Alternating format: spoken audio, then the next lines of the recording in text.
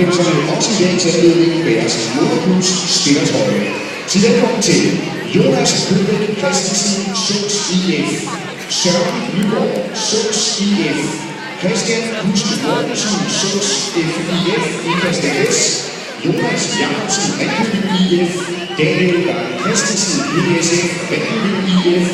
Jelle Horst Petersen, Herning Fremad, Patrick Nygaard, Ulstrup IF, Herning Fremad, Mathias Barslund Gade fra KLG, Sebastian Lundahl fra KLG, Kasper Lykke, KLG, Christian Kold Jensen, KLG, Christoffer Ravn, KLG og Lukas Sikær, også KLG, Mads Ravn fra Turon IF, Jannik IF, så er Christoffer Demant fra Brande IF, som desværre ikke kunne være til stede i dag, Ellen Tøbels fra OS, Kasper Bæk Petersen, Jonas Askelholdt Andersen fra Thyrbøl, Niklas Stefansen, Aarhus IF, Vilja IF, Nikolaj Hust, OB,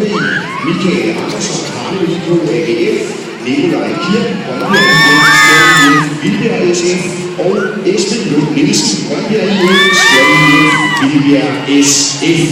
Og følgende træner og leder den to IT'erne, det er Bo Müller fra Gadbjerg IF, Jan Kirkeby fra Ikast KFL, Ikast AS,